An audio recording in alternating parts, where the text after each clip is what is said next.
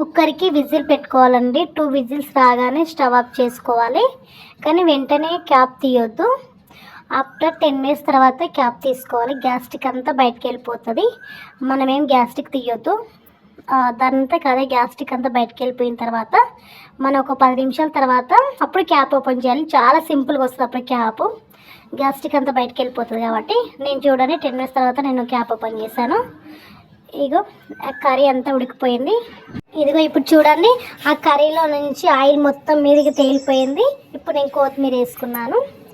ఇంతే, ఇంకా కర్రీ అయిపోయింది. ఇప్పుడు దించుకోవడమే. Thank you.